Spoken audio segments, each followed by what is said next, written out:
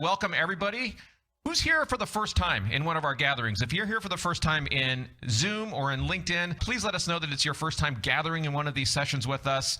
We gather this community on a regular basis to discuss topics that are important to each of you as business owners, as leaders, marketing and sales professionals. And it's an hour session that is always focused on the things that are going to bring you value in today's rapidly changing world. And today is a discussion that I think is really salient given how the world has changed and how we are mostly reopened now that things are coming back into the swing of things. So we're talking about in-person events like trade shows and other events like that where you have an opportunity as an organization to engage with potential customers and clients. And we're going to dig into how the rules have changed, if you will, and how driving success from events like trade shows has some unique new opportunities that we want to uncover and we want to share with you. And there's a formula, a new strategy, if you will, that Mackenzie, who I'm interviewing today, I'm going to introduce her just in a moment here, a formula and a strategy that she's been able to see up close. And so in advance of the event, I solicited all of your questions. I have couple hundred questions here for you, Mackenzie, but I've tried to pare that down based on everything that the audience is interested in to extract from her how this somewhat counterintuitive process works. And so it's a process that's going to do a couple of things for you. One, I'm going to dig into how this process allows you to leverage a modern marketing and communication plan that drives success for trade shows and other events like that. Secondly, we're going to dig into how this process allows you to pre-book meetings, preset meetings with high-value targets, high-value clients and prospects at the event so that you can close more business. This is one of the key strategies. And then thirdly, I'm going to pull out of Mackenzie kind of the action plan that's required after the event in order to convert the meetings that you have at these shows into revenue. So Mackenzie, I know you've prepared some visuals, but before we jump in, why don't we start by introducing yourself to the audience in case there are folks here who don't know who you are. Well, first of all, thank you for having me. I was just looking at all the people here, and of course there are familiar faces, but there's a lot of, or names, but there's a lot of names that I don't recognize. So I see some people here for the first time. Thank you for being here. Our goal with these sessions is always to bring you value. So hopefully you can leave with one or two pieces of information, as I call it, actionable tactics that you can bring back to your business to help drive revenue. So thank you for being here. A little bit about me, Dave, since you don't know me that well, is I have been with MindFire since 2011, so quite some time now, although many people that work here have been here even longer than me. I started out, and I'm going to talk about this as we get into the material a little bit more, but as you know, I started out really focusing on the sales development side of the house, helping our sales team with qualified opportunities and leads to drive pipeline and sales, and then got the opportunity to transition and move over into marketing. I actually remember being on an airplane with a previous team member of ours, Mary, and I said, I hope one day, and this is back in the beginning, I hope one day I can really oversee all of our marketing. So I got the opportunity to do that. And now I get to oversee all of our demand generation and sales. And so I kind of love the ability to have the combination of marketing and sales, because sometimes there's a little turmoil though, which I'll talk about. So yeah, I'm just really excited to be here. And hopefully, like I said, I could share one or two things that are going to help people take all the stuff that they're doing and get some results from it. Wonderful. Thank you. And if you just jumped into the room, please say hello there in the chat. Please let us know that you're here. We're broadcasting on both Zoom and LinkedIn, and we have a little experiment here behind the scenes with Facebook. We're streaming behind the scenes as well. So please say hello. And with that introduction, Mackenzie, I'm going to jump into the questions that I prepared for you. You ready? Let's go. Drum roll, please. All right. I know you've prepared some visuals and other things that you're ready to share with the audience. So let's do this, Mackenzie. I want to kind of step back first and kind of set the stage for everyone. Let's talk about, if you can share for a moment, how this whole thing started. Take us back to the start, if you will, and kind of the impetus around why you started to dig into, gosh, there's got to be a different way to do this. Can you tell us that story? Yeah, absolutely. So you advance, people are going to see a quote, which I'm going to just talk a little bit about here. But as I started to allude to in the beginning, my little intro there, prior to the role that I am in now, as I said, had the opportunity to run marketing. And so in the beginning, I said I started from sales development, I went over to marketing. I really didn't know what to do. And I had this really emotional connection to trying to do the right thing because, again, started in the sales team, worked really closely with them, and then saw, okay, we have an opportunity in marketing to help drive leads and sales. And so because I had that opportunity to work with the sales team, I really took this role and as a, huge responsibility to make sure that we were able to actually drive leads and sales. I always say, we don't get brownie points for doing the activity. Our goal is to actually drive, results. And so if I kind of go back to that time and I think about, okay, I was in sales development, I'm now in marketing, and I thought about, okay, what are we doing in marketing, right? Our goal is to try to drive leads and sales. If you looked at all the different avenues that our leads came from, one of the biggest areas that we spent on marketing was trade shows and events. And so we were spending a lot of dollars there. And B, not only were we spending there, our leads were mostly relying on coming from there. And so our sales team, it was a place where we would go, we'd exhibit, we want to do all this activity. And it wasn't just like we were there showing up and, having this booth. It was great. Our leads really relied on the output and the results that we were going to come.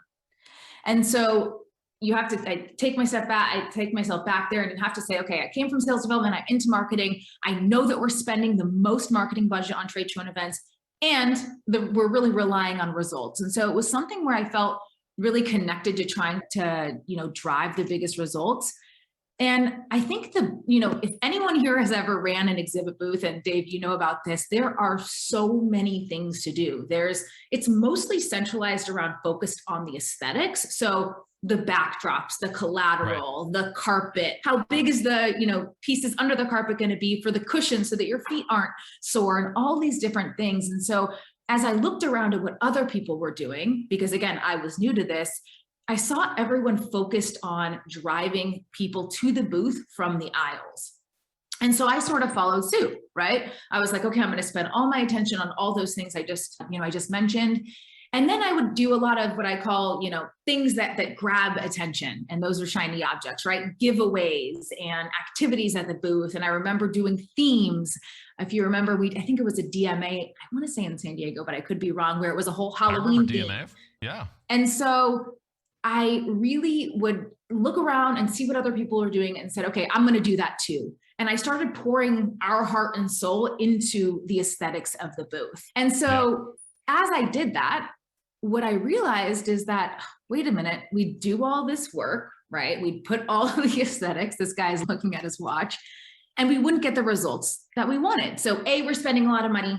B, our team really relies on this. C, we're doing all the right things. And then D, crickets, right? And we'd walk around, that looks like and we'd walk around the halls and we'd see all these people just doing the same things and no one's at the booth. And I remember thinking, okay, this is not going to work. And I don't know if anyone else does this, but when we come back for a trade show or we come back from a major event, we have these post-mortem sessions, AKA a little session where we'd come together after the fact. Dave, you probably remember this for all of these. And we'd say, okay, what happened? And essentially what we'd start to say is, well, that show sucked. We aren't getting results. And then the sales team would say, well, we don't really have leads. Like we need to, and we're saying on the marketing side, well, we need to recoup our spend. And the sales team's like, well, we didn't really get that many leads. And we started, I'm going to say, blaming the show, right? People were in sessions. They weren't coming by the booth. And I said, okay, so I noticed myself blaming other people. I realized that there's an issue here, right? And we're starting to say this show is responsible for our inability to create leads and revenue from a show, right? And if anyone knows me, and Dave knows this, I am of the belief that we need to take accountability and try to own our own destiny, because if we give up control of things that we can own, we're screwed, right? We're screwed from the beginning. And I'm just curious then, naturally, Mac, I think after you describe that, I'm actually going back in my head and kind of replaying those scenarios. What happened from there? What did you do next? What did we do to kind of circumvent or get around that problem? Yeah.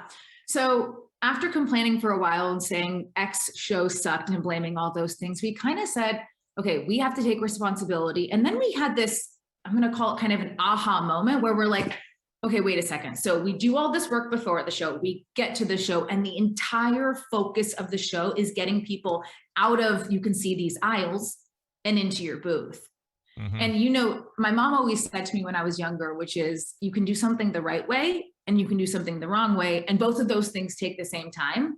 And I thought, okay, so it's not like we're not doing what we need to do, right? Or not doing activities. We were working. However, we just weren't getting results. And so somehow, I think it wasn't through a conversation, we're thinking about, well, where did we go wrong, right? We're doing the things, where did we go wrong? And we had, I don't remember if it was you or me, but we had this realization that, wait a minute, if we're waiting to the time that we get to the booth and we're relying on people walking down the aisles, we basically have no control. And wait, at that point, it's too late, right? Like, Right. Yep. Okay, we're going to get there. And at that point, it's just way too late. And so we completely had to reframe our thinking to say, wait a second, if we get there and we haven't done the things that we've done, we need to basically reframe that whole thing so that we can create our own destiny prior to getting to the show. And that's where that quote that we brought up on the screen comes from. So actually, if you want to just go back a few, I just want to revisit that for a second. And we now have a philosophy, which you can see here and you saw before, which is that for any trade show or event that we exhibit at and that we're spending money on and that we rely on sales and revenue from, we have a philosophy that we believe we've won or lost by the time that we get to a show based on the amount of pre-scheduled qualified meetings we've set and locked for our team. And so this was the aha moment, right? Like, we're not going to focus on getting people from the aisles into our booth. We're going to completely reframe and say, we're going to focus on getting people to our booth before we even get to the show. It's interesting, Mackenzie, I see a comment here from Scott saying that you, Mac, are strumming my pain with her fingers, singing my life story with her words, killing me softly. So yeah, I think folks are definitely resonating with that. So now, what was the process, or what was the framework specifically then? How did you decide to fix this, and what are the major steps that you recall us taking in order to address it?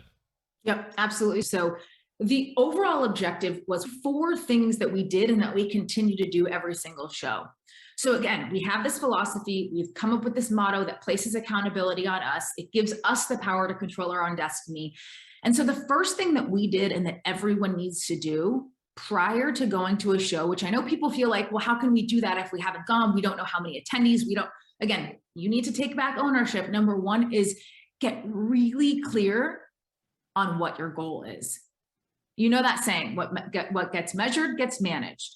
And so every single show, and this show that we first, did this on in our realization, we got really clear around a specific goal of locked meetings for each of the team members that was going to be there. So if it was you, me, Mary, and Joe, as an example, if those 4 people were there, number 1, create a specific goal based on the amount of time available. So you can see here on the screen, you look at the calendar, you figure out what's available in terms of time, and then you identify the total maximum meetings that you can lock. And you got to give people room to be able to eat lunch and socialize with people, but figure out a goal and get really clear on the amount of high value prospect meetings that you're going to schedule. Let me just pause you on that first item there, Mac, because I see David Gardner here in the chat. Hey, David, how are you, man?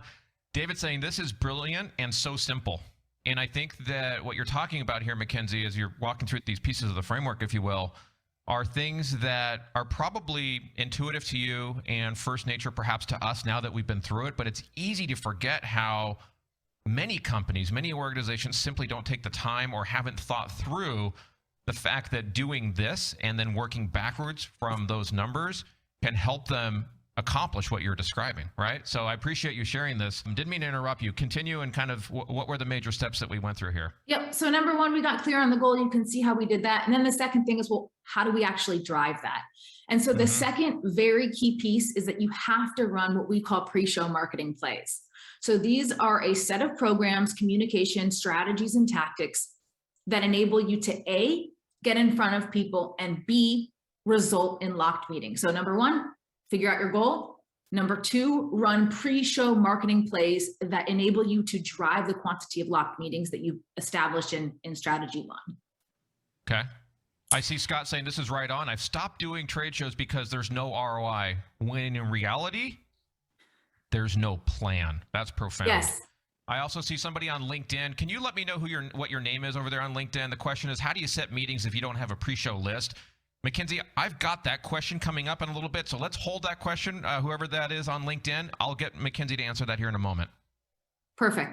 So A, we got the goal. B, we're doing these pre-show marketing plays. C, then when you get to the show, there are a variety of really odd seeming but important during show plays that we run. Things that involve text messaging and formatting of the event invites. We have emails, and it seems like, okay, wait a minute, you're there, right? You lock these meetings, they'd show up. It's in order to output the highest amount of people actually showing up to those locked meetings, there's a set of some odd plays that you run during the show, but we have found that those are imperative to getting those people to actually show up and to yield in what we see as over 80% show up rate to those meetings. So that's the third thing, the during show plays. Okay. And then the last piece, and this is also kind of counterintuitive because you think, okay, you spend all this money, you do all this activity, you go to the show, you spend time, and then you go home and it's like you completely, there's amnesia about the event, right? You like move on to the next thing. And this is the piece that I really want people to remember. After you've done those three things, there are a set of post-show plays. So we've gone home, and no, we don't forget what happened. We employ, 4 or 5 specific tactics. And actually, Dave, you like this one. We have a motto for post-show, which is called "No Lead Left Behind." Amen, sister. Preach it. And so we employ these post-show pieces and tactics that allow us to take all that activity and those leads and turn them to sales. So, Mac, you know me. I'm always about show me the money, show me the data, show me the results, right? So you walk through those 4 steps of the framework here. Talk a little about the results that we got by following that process. Yeah, so I'm going to talk about results in 2 ways. So number 1 is the amount of locked meetings. And then number 2, okay, show me the money. What does that mean in terms of revenue? So that first show that we tried this on, we outputted 55 locked meetings before we got to the show. So that means all the people that came with us were literally scheduled back to back so that if no one walked by in the aisles, which happens sadly, it doesn't matter. And you would start to see our booth had so many people, and all those other booths that were sleeping they were literally coming up to us saying, okay, this is ridiculous. How do you have these people there? So number 1, 55 meetings. And then after that, if you look at the subsequent trade shows, it's the same thing. We basically have always hit the goal. Going back to step 1 in the framework, how much time do we have? The maximum available time. How many meetings do we want to set? We have always accomplished the goal of setting this quantity of meetings. So that's the first piece. The second piece, now revenue. So we do have a very specific revenue goal, actually 2. Number 1 is we want to break even. So all the dollars that we put into the show, the flights, the booth, the sponsorship, we want to break even by the time that we leave the show. So that's why it's important that all those people that are locked are not just, looky-loos, but they actually have to be high value prospects. I use that word a lot, but you don't want to just be setting meetings to set meetings, right? All those meetings you set have to be with viable, high value opportunities. So goal 1 is break even by the time we leave the show. And with this process, we've been able to do that. So we leave the show not worried about the money that we've spent because we've already recouped that. So that's the first revenue achievement. The second is that within 90 days, our goal is to double our ROI. And in that first show, those 55 meetings allowed us to break even by the time we got to the show. Actually, in fact, in that first show, we sold a double digit, a big, what I would call a big opportunity before we even got to the show, which was because of the pre-show stuff. We broke even by the time we left the show, and then we were able to double ROI within 90 days. So that's sort of the show me the money piece that we were able to achieve. So a couple points here, Mackenzie. So I don't know how 55 pre-booked meetings sounds to everyone. I want to hear from you. That was with 2 or 3 salespeople that we were booking meetings for at the event. So if you have 20 or if you have 200, and I'm exaggerating, I don't know who takes 200 salespeople, but maybe a company like HP might. But this scales to meet the number of sales executives sales reps that you have at the events. Ryan is asking you, Mackenzie, and I think this is a good transition here. Ryan is saying, can you drill super specifically into the pre-show plays? I feel like that's the most important part of this webinar, and I don't want it to be glossed over, but maybe you are planning to come back to it, which we absolutely are intending to do. So why don't we transition right now, Mackenzie? I think I'm recalling that situation. You made me kind of relive some of the more painful No, we don't want to remember that because it through. wasn't a good feeling. Yeah, exactly. I understand how this is different than what we were doing before and how you kind of came to this realization. But I think kind of like Ryan, a lot of people are thinking, okay, either, you know what, we already do marketing for our events. How is this any different? Or more specifically, what are the differences and how do you do this pre-show marketing in a way that's getting those meetings? So can you talk us through that part of the process? Yeah. So first of all, before I do that, I just want to, someone had a comment here, which I think is really important. And that's, do not pre-book without allowing time and flexibility into the schedule. So that's one of the things. The comment came from Mike L. So Mike, that's absolutely it. When we look at the calendar, we identify what we call the maximum allowable meetings, which bakes in time for those ad hoc, really serendipitous things that you have at the show where you meet this person or they walk up. So you're absolutely right. You do want to give attention to the people that are there. And we always have one, what we call floater. So one floater is available to take on any walk up. So that's a great point. I want to make sure that people say that. So yes, let's transition there. And I think what I want to start with is that a lot of people, they say, okay, well, we're kind of already doing these things. Sure. And so I just want to talk about, the right way, let's call it, or the activities that are yielding the highest output. So again, one of the things that I think is really important to note is that marketing is really hard within itself. I give all the marketing people credit because it takes such an enormous amount of time. And there's so many things, right? I started out talking about all the aesthetics with the booth and the cushions and all that kind of stuff. And so marketing is really hard and it takes a lot of time.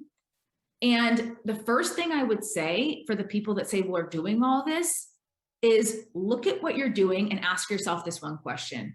Are these inputs yielding A, the goal of locked meetings, and B, the revenue directly, not indirectly, not is our booth shiny and then maybe someone will come and maybe we'll meet someone and maybe, no. I mean, are the activities you are doing yielding in these two very specific things, locked meetings and revenue? And so I think that's the first thing to keep in mind. The second thing, as Ryan said, well, what are the things that you're actually doing? So as I said, the pre-show marketing plays are meant to drive engagement, drive awareness, and then drive locked meetings. So I would break it into two different pieces. The first piece is, I'm going to call it marketing material that drives engagement. And actually, we have a playbook and a whole brief, which I'd be happy to describe. I know we have only a short amount of time here, but we definitely have a playbook that people can follow. Basically, Ryan, what it comes down to is thinking about your audience, figuring out what's important to them, meaning who are they, what's important to their business, what are they going to the show for, and then delivering them content or relevant information prior to the show to get them excited about meeting with you. That's number one. From there, you want to take all that activity and drive one-on-one conversation. So that's sort of the summary of the pre-show marketing plays.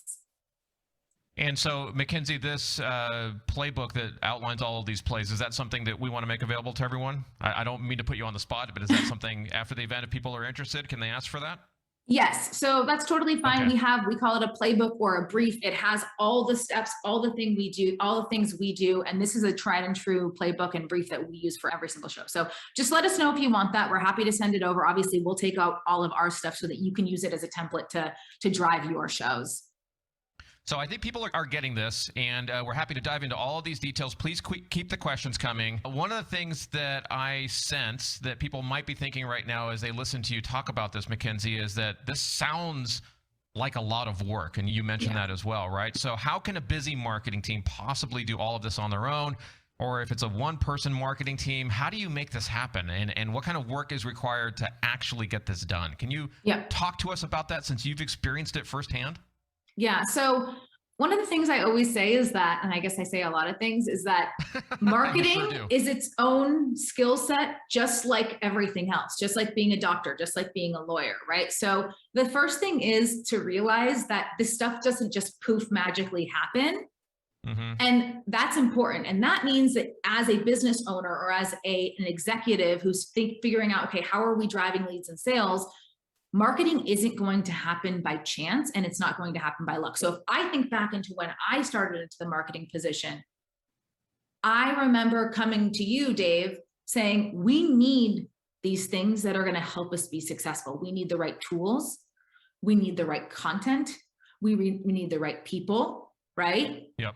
And I had to get honest with myself about the fact that I alone and magic and serendipity wasn't going to yield results. So I always say, another thing, your actions have to match your ambitions. If you have ambitions to go to a show and get these results, the things that you do need to match. So you either need to take the playbook that we're going to send you and follow it to a T and spend the time and energy to actually make it happen, or work with someone who can. Actually, and Dave, you know this, and maybe some of the people here know this as well. We started getting people coming to our booth saying, wait a minute, what's going on here? And that was another moment for us. We're like, wait, so we weren't doing this before, right? And now we're getting results, which was a huge aha moment for us. And this is not an intuitive process. So let's actually help others employ this. And so we actually started offering this to other people just because they were like, can you help us do this? Right? So either us or anyone, there's people out there who can support you. I would say get the people who can actually help you do this. And I want to make one note right here, because we do obviously love the printer community. We work with them. I want to just kind of talk about printers right now. And Kevin, I know you're in the audience here. You will resonate with this because we actually spoke about this a few weeks ago at the last show. So if any organization, any of your clients are coming to you asking for all those things that I said I prepared, collateral for a show, tchotchkes for the booth, signage for the booth, business cards for the booth. If they're coming to you for those needs, take a step back and realize, okay, they're asking me for items that are going to prepare them for a trade show. And then think of me. Well, what is that person thinking of? They're going to a trade show. They're spending a lot of money. They're asking us for these things that are going to support them at the show. And now knowing our story, you know that there's an opportunity to help them, right? Because they want to get ROI. They are pressured to going there and getting sales, and probably their revenue depends on it. So for printers, agencies, marketing services providers, this is your opportunity to expand what you offer to them by asking this one question. Okay, so you're using these for a trade show, is that right? What sort of pre-show, during show, and post-show, again, going off the framework I just taught you, what sort of pre-show, during show, and post-show marketing programs are you running to drive appointments and to drive revenue? And then be quiet. And so just to be clear, Mackenzie, those 4 steps of the process that you're articulating here. Number 1, identify the goal and create the brief that you're describing. And we're gonna send an example to everyone who's interested. 2nd, running what you're calling the pre-show plays. 3rd, running a series of plays that happen during the event, correct? And then 4thly, the post-show plays. After. Am I hearing you correctly? Yep. Okay. Exactly. And so now I'm telling the printers, and Jason, this one's for you. I'm telling all the printers, agencies, anyone who's supporting exhibitors or corporate marketers who are exhibiting at a show, who are coming to them for items, which give you the indication that they're exhibiting, just ask them this. Say this to them. We're super excited to be providing you the collateral, the business cards, the signage, whatever that they're, fill in the blank there. My question is, what are you doing in terms of pre-show, during show, and post-show marketing programs that are going to enable you to make sure that you have meetings at the show and generate the leads and sales that you want in terms of ROI? And just be quiet. Ask that question. I see Bonnie saying here, and Bonnie, let me get to your question here in just a moment for Mackenzie. She's on LinkedIn. She's saying, what's your advice if you don't have enough time to do the pre-planning? How do you get the right people at the conference? So let me use Bonnie's question actually to get to a set of questions that I saw fairly often in the registration. And that is, how do you figure out who to target and who to preset these meetings with? How do you get that data? I know some shows give it to you, some shows don't. So how do you find that information, and help us understand how you thought through that part of the process and how you mechanized that so that it was repeatable for other shows? Yeah. So this is one, and I feel like if there was one piece that blocked us from doing this the first time, it was that question. It was, okay, I'm all excited about this. I want meetings, I want revenue, but who do we get in front of? And I'd say that's one of the pieces, and I'm happy that it came up with the questions. That's one of the pieces that, had we have played into that, we may not have discovered this process. So Bonnie and everyone else who asked, great question. As I think back to that time, I think one of the things that we, again, going back to how I was feeling in that moment, one of the things that we say is, okay, there's this trade show, we don't know, it's out of our control. We don't know who's going, right? Again, placing the responsibility and the accountability on the other side. And I said, well, what can we do? And I asked myself, what do I know, right? So one of the things that people do, and if you ever have exhibited at trade shows, you know this, it's only your first time at that show one time. I'm going to repeat that again. It's only your first time at that show one time. So if it was DMA, as an example, the first time we went, yeah, it was the first time. We didn't know the tricks of the trade. We didn't know who was going to be there, right? But after that, you had been before.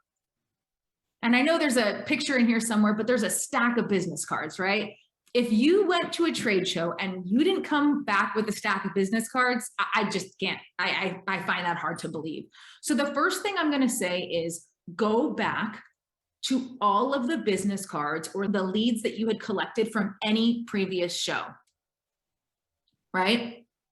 Take all those business cards and start to collect them in a pile. I know this is going to sound crazy, but if you've been to the show before and you've got business cards, most people, just like exhibitors, the attendees are repeat offenders. And unless you have some incredible sales process where you close 100% of the people that you met at previous year's shows, which if you do, call me up because I want your secrets. That means that you have a lot of business cards of people that actually may have seen you, stop by our booth, that you knew about, that didn't end up closing and resulting in a sale, which means that's your first place to look. So number one, go gather all the previous business cards from that show. I will give one tip. If it is your first show, this is going to say, you sound like a really easy thing.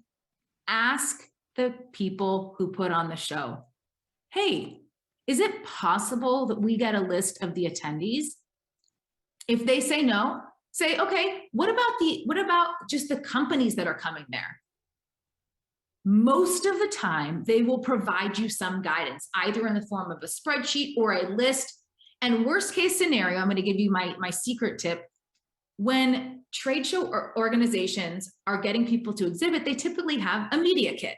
The media kit says who's coming, what's the breakdown of demographics, what are some of the types of companies, and here are last year's attendees. So just to redo this, number one, look at if you have been at the show before, look at any of the business cards that you've collected from previous years, not just you, but anyone who's been. Get them all. Yes, it's time consuming, but again, your ability to get in front of those people drives your ability to lock appointments, drives your ability to create your own destiny in terms of revenue. So number one, it's annoying, but get all those business cards and centralize them in a spreadsheet. Number two, ask the trade show for a list. Number three, check the media kit. Number four, look at the website. Number five, all that fails, ask them, hey, we're exhibiting at the show for the first time, or hey, we're coming back to the show again and we haven't gotten the revenue we want. Is it possible you give us a list of the previous show's attendees so we can make sure that we're targeting the right people with our marketing messaging and all of that? Again, the people who are putting on the show, they really want you to succeed because you're not going to spend tens of thousands of hundreds of thousands of dollars or even millions exhibiting at a show if you don't get results after a while, kind of like us. So I think it's important to remember that they are on your side. So two other things, Mackenzie, I want to ask you about here. Number one, I remember using social and air cover at the event in kind of a odd way, if you could talk about that. And second, I also recall a strategy you put in place that basically consisted of looking at who the prospects and clients were within like 100 or 150 mile radius of that location. and then actually bringing them to the event to meet with them there. So if you talk about those two things and how that helps you create meetings at the event. Yep, absolutely. So the first thing he talked about is what we call social air cover. So if you're going to a conference, you know exactly where that conference is. I think the one that he's speaking about specifically, it was in Vegas, but Nope. it was the first time we were there. We didn't know who was there, and it was an industry outside of ours. It wasn't our bread and butter industry. So we really didn't know people and we didn't know what to expect. And so all of those things that I told you failed. And so what we did is we used Facebook, I believe it was Facebook ads, targeted at specific people that fit the demographic and had interests of the people that were going to the show, marketing related or whatever it was, targeted to the vicinity around that area. So we targeted the people in Vegas in this area. So that means that literally people, which is funny because there's some other funny stories there we can tell you about, people that were in Vegas that had these interests. We didn't know if they were for sure at the show, but you can deduce from where they are, the interests that they have. We would, in front of them, put an ad. Actually, we used our picture saying, hey, if you are at, I think it was LeadsCon, but I'm not sure. If you are at LeadsCon, come to our booth and we will, give you whatever. I think it was some sort of giveaway. So when all else fails, remember that you can use social media and target people specifically based on interest and location to drive them to your booth. So that's the first thing you talked about. What was the second? The second was, I recall a play that involved looking at companies that were around 100 to 150 miles away from the location. Yeah. Yeah. Okay. So this is, I'd say, one of our secret sauce things that works really well is we'd look in our database. So we have a database of all the leads and people, our current clients of ours, because, when you go to a show, I do want to say it's not just about getting new business.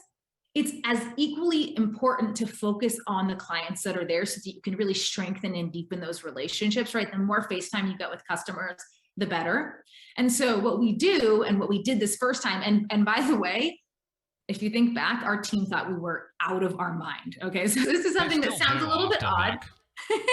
It sounds odd, but just go with me here. Go into your database and look at all of the contacts and accounts that fall within X miles radius. I think we do 50 miles radius. Sometimes we expand it to 100 miles. But basically identify anyone that either a prospect or a customer in your whole database that's within 50 or 100 miles of where that event is. So as an example, if the trade show was in San Diego, we'd look at all the people and companies that we have in our database that are in San Diego and Orange County, in LA and Anaheim, basically all the neighboring cities. And then we would say, hey, we're going to X conference. Are you going to be there? And a lot of times they weren't. And a lot of times they'd say, well, should I be there? Right. And they would actually end up coming to the show or scheduling a meeting, for a breakfast or whatever it is. And so that's a tactic that works really well because ultimately, again, ownership of the outcome. You don't have a list or you're not sure who they are, find the people within a close vicinity and get them there and create that meeting for you. So let me ask you on LinkedIn and over here in Zoom, what's standing out? What's making sense to you that Mackenzie is saying? Take a moment, think about that, and drop it into the chat here in Zoom or in LinkedIn. And while everyone is doing that, Mackenzie, I know that you have some visuals in the deck that I have here. Are there any specific items that you want to show everybody before we get into their real-time questions? Let me know if there's anything here you want me to bring up. Yeah, I want you to bring up, which is a complete mind shift, slide number 10 about the time allocation. Yes, you got it. The percentages. Here we go. All right. So essentially what I've prepared for you here is how we did it the old way and how we do it in the new way. So in our old way, when we thought about where's our time allocation, where are we as an organization and team spending our time as it relates to the event, the pre-show activities, which again, we're focused on what I'm going to call the tactical, logistical things. So the booth stuff, that made up around 30% of our time. So mostly me, right? Focused on the booth, the collateral, the cushion, the carpet, the electric, all that kind of stuff. We then viewed the time that we were at the show meaning the time that we were there, as the most heavily weighted activity. So we assigned 55%, or we looked at our time and we said, what was the percentage breakdown? That was 55% of our total time spent on the show. And this makes me really sad, but we leave the show and we think we did it all, right? We did the pre-show, we got it there, we went to the show, it's done. And now really the post-show was just a measly 15%, right? We didn't really put that much weight on it. So that was the old way. Now it's completely different. So right now, 50% of our time is focused on pre-show activities. Okay, so that's getting people, that's A, figuring out our goal, and then number two, getting people to locked high value meetings. That's 50% of our time. That's putting all those pre-show marketing plays into action. And I do see a question which I want to address, which is how far before the event should you start marketing? So this is going to sound crazy, but my goal for you is to plan as much in advance as you can. I would say, and we've done it in shorter, but I would say if you have a show in 6 months, now is the time. And I know it sounds like, okay, 6 months from now, but again, you're not just viewing this as the show. The show itself is only a small percentage of the time. If you could just bring that up one more time, the show in our new way is only 15% of the time. The pre-show and the post-show make up 85% of the activity. So you want to start early, so let's call it 6 months in advance. You want to do all those things to get locked appointments. You get to the show, you're there for that time. It's only 15. And then the post-show plays to make sure that there is no lead left behind and drive revenue from it are the most important pieces. So that's something that I think is sort of a mental shift, because people typically, when we ask them, they focus most of their attention on the actual activity of the show. Absolutely. Yep, 100%. Well, Mackenzie, I want to get into the questions that everybody's been throwing in. I want to make sure that we answer every question. Folks, if you feel like we've glossed over any specific aspect, please ask, drop it in Zoom, drop it in LinkedIn. We want to be as specific as possible. Before I get to your questions, though, is everybody getting value from what Mackenzie is sharing here? Drop a 1 in the chat if you're getting value. Drop a 1 in LinkedIn. Drop a 1 in Zoom. I want to see those ones coming in. I see some people snooping on us behind the scenes here on Facebook, Mackenzie. Rick Ayers, our good friend, is saying hello over there. Yeah, Rick, I wish you were here, but it looks like you're talking to Craig here in a few moments, so that's good. I'm seeing the ones pouring in here. Fantastic, folks. I'm glad. Thank you, Mackenzie, for sharing all of this. Get your questions ready, folks. If you can drop your questions into Zoom and into LinkedIn, I'm going to go one by one and answer as many of those as I can. But before I do that, Mackenzie, do you have a next step that people can take here if they have questions outside of the event, something specific to their organization, something that they want to run past you or run past us in terms of everything that you've described here? Yeah. So I'm, in 45 minutes giving you this whole epiphany of what we did, the old way, the new way, this whole framework, and you're probably thinking that sounds really good, but I know that underneath those strategies, there's so many tactics that actually allow you to achieve those results. And so I don't expect you to get everything here today. And just like us, it was a really challenging, time as I think back. And now we have the ability to have a repeatable, scalable, revenue driving process. And so I want you all to know that we're here to help with that. And I threw all these things at you, and we're not going to just kind of leave you hanging and let you go out in the wild. So number one, we do have the template. But number two is you might be thinking, okay, well, how do we actually do this? We're exhibiting at an upcoming trade show. What do we do, right? Or you might be thinking, I'm a printer or marketing service provider. I've heard you talking about how we can offer this as a service. I need to know more about that. Whatever your questions are, I want you to know that me and our team are here to help. We want to support you. And so if you just go to the next slide. There we go. So if you fall into one of those categories, hey, we have a show coming up, or we're a service provider and want to offer this, we're not going to leave you hanging. We are here to support you. And actually what we've done is we've decided, okay, we know just like the post-show plays, you have to leave room for that time afterwards. And so we've put together some time to be able to actually continue the conversation, which, by the way, one last tip, when you go to the show, block off your calendar after the live event to meet with people and to have that follow-up and to go over questions, because like Mike said, you don't want to be leaving those people short. So we've done the same thing on our side. We've set some time aside, happy to meet with you, myself, our team, everyone here who's gone through this process and who benefits from the ability to actually put this in to practice and get revenue. So please feel free. And I think I put a link here. If you just go forward. Yeah, there we go. Okay. So there's a link here, mindfiremarketing.com/yes. If you go there, there's going to be a little form, fill out your information, tell me what portion of it you want to talk about, or you're just like, everything. Please share with me all the details. Our amazing team here will reach out.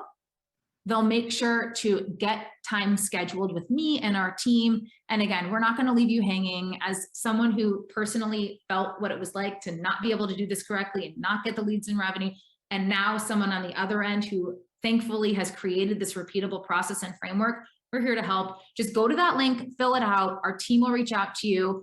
And yeah, so who is this for? Like I said, if you have an upcoming show, event, even if it's a digital event or a lunch and learn or something like that, if you have some event that you're spending money on and you want to get revenue from it and make sure that you ensure your ROI, this is perfect for you. We'll talk about your event, get one-on-one and go into the details of that. So happy with that. Number two, and I grouped those first two together, service providers. So like we talked about earlier, all of our printer friends, this is a need that's out there. People are already coming to you, which means you have leads of people who need these services. If you want to say, okay, I want to offer that. How do I offer that? What are those steps between I'm here and ready to serve, and I've got customers that are relying on me for these trade show and event marketing programs, the pre, during, and post show plays? Go to that link. We'll talk you through it. So just tell us if you're a printer or if you have an upcoming show. Again, the more information you give us, the better, but we're going to work one-on-one with you. We're going to figure out what your issues are, figure out how we can help you. We will answer all of your questions. And ultimately, we're here to make sure that you can employ these strategies because, again, we are, and once we're in your shoes and we want to support you. So yeah, you'll get all your questions answered. A brainstorming session for me, that's probably the best part, is just having someone that you can actually bounce ideas off, talk about what you're doing now, figure out where the gaps are in your process, and then identify a plan forward to be able to actually make sure you get those locked meetings and generate that ROI from the show.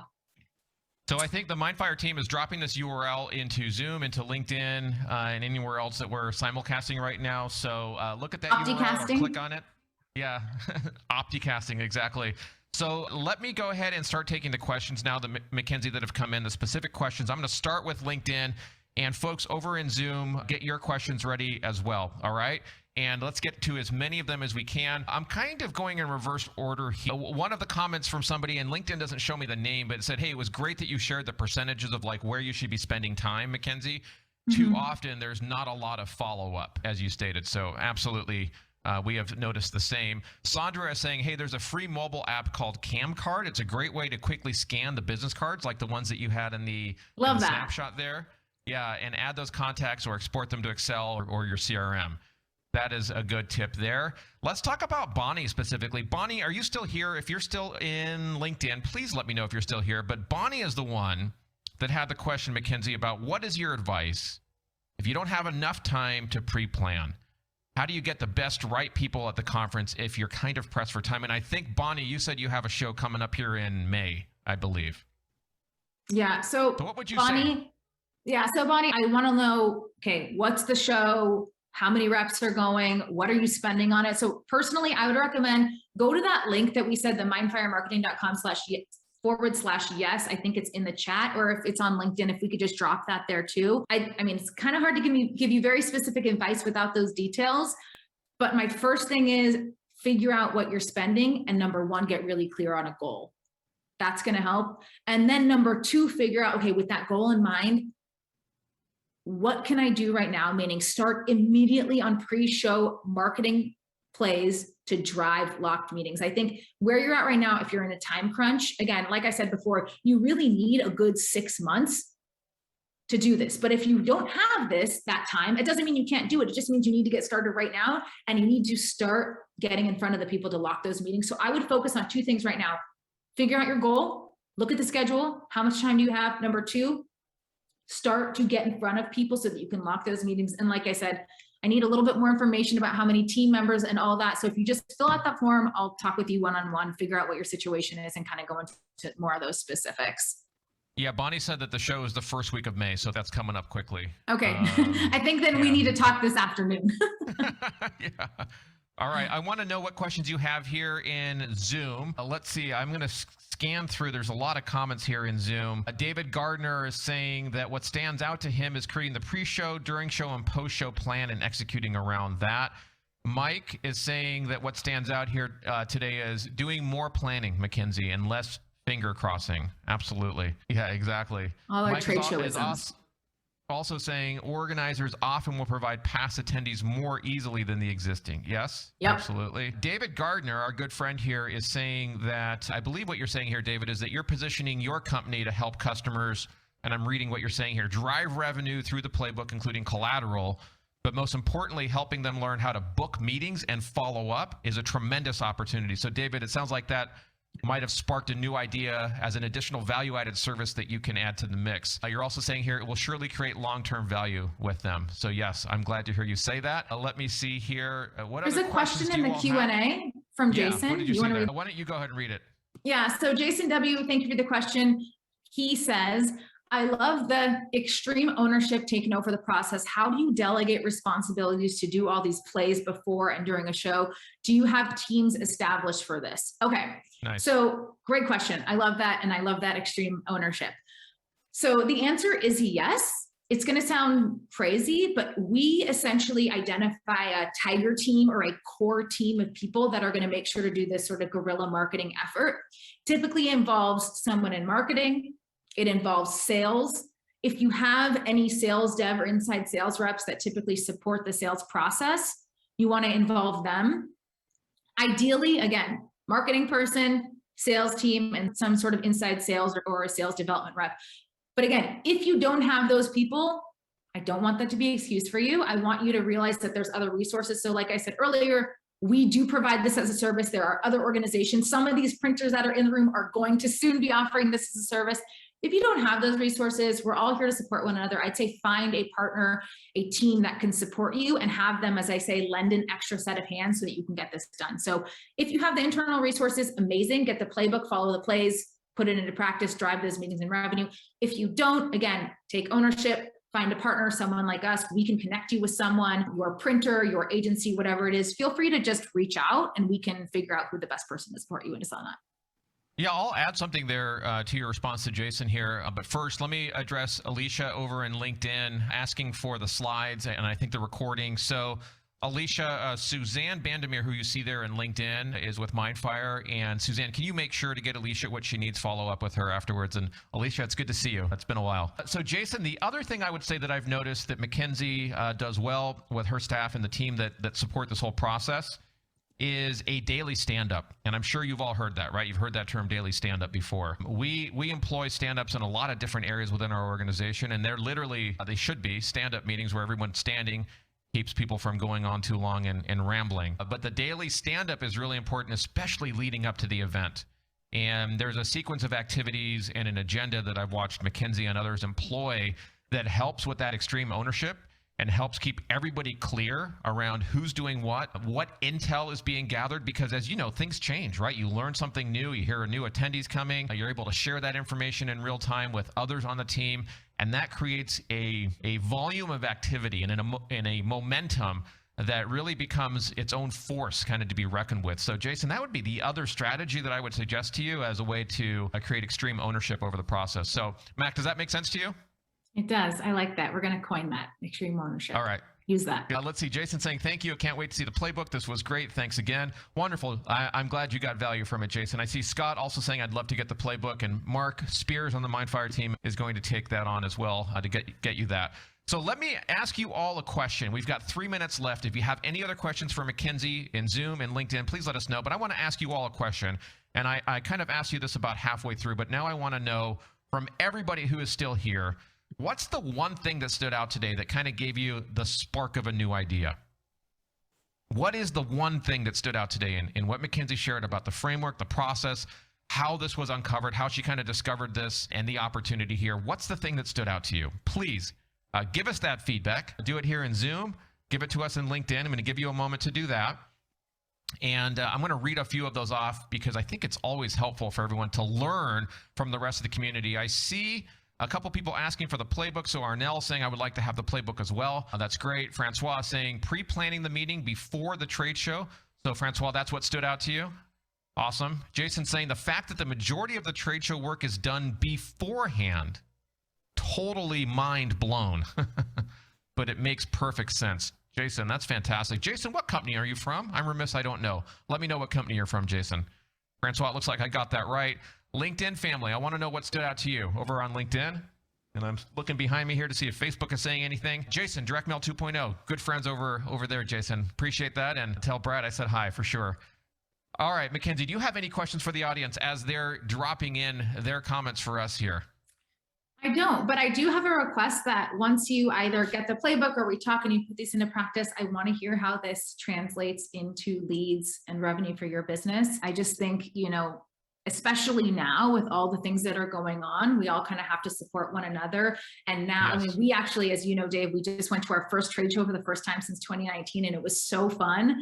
And it was really exciting to put this, you know, playbook into practice that, again, after we discovered this, we'd been doing it a few times a year for every trade show. So we kind of had it down. And actually we named the brief for this first one in a few years. I think we called it The Return because it was our first show that we were returning. Yes. So I want to see how this translates into success for you. If you have any questions, like I said, please don't hesitate to reach out. We're an open book into what we do, how we do it, and we'd love to support you in that journey. So just really thank you for being here and excited about hearing your results. So Julie is saying, will we all get the video recording? Julie, I will email everyone after the event immediately, as quickly as possible. Give me about 30, 45 minutes. I will send out an email with the links that you need. Arnell says, you guys did a fantastic job, a great job providing a great info for future shows. I learned a lot. Arnell, remind me, what company are you with? I would like to be able to give you a little airtime there. Mark is saying focus on the whole process both before and after the event. That's absolutely right, Mark. Arnell is also with Konica Minolta. All right, fantastic. Very good. Alfred is saying, hello, David. Unfortunately, I'm late to the broadcast, but would appreciate the playbook. Okay, no problem, Alfred. We will get that over to you as well. All right, Mackenzie, I think this brings us to the end of our time together. I appreciate everybody being here. Look, we're investing heavily in bringing this community together, bringing all of you and more together on a very regular basis, especially as we move into the rest of the year. So if you want to ensure that you get notified about these events, please let us know in the chat, LinkedIn or in Zoom, so that we can get you on the list. We're bringing speakers, we're bringing experts, we're bringing divergent points of view to help everybody here, printers and agencies and your customers, understand how to tackle this new world that we live in. And we're very happy to bring all of you together, and it's an honor to be able to do that on a weekly basis or thereabouts. So Francois, thank you for that. Kevin, I see saying, thanks, Dave and Mackenzie. Please keep me on the list. Awesome. Great info as always. I'm getting the thank yous coming in. Mackenzie, I'll give you the final word, and then we will close. All right, well, go make it a great day and make sure that you remember that you have the power to dictate the outcomes that you want for yourself and for your business. So take that, as Jason said, extreme ownership, and go out into the world and make it a success. So thank you for being here. Have a great day and talk to you soon. Thanks, everyone. Bye-bye.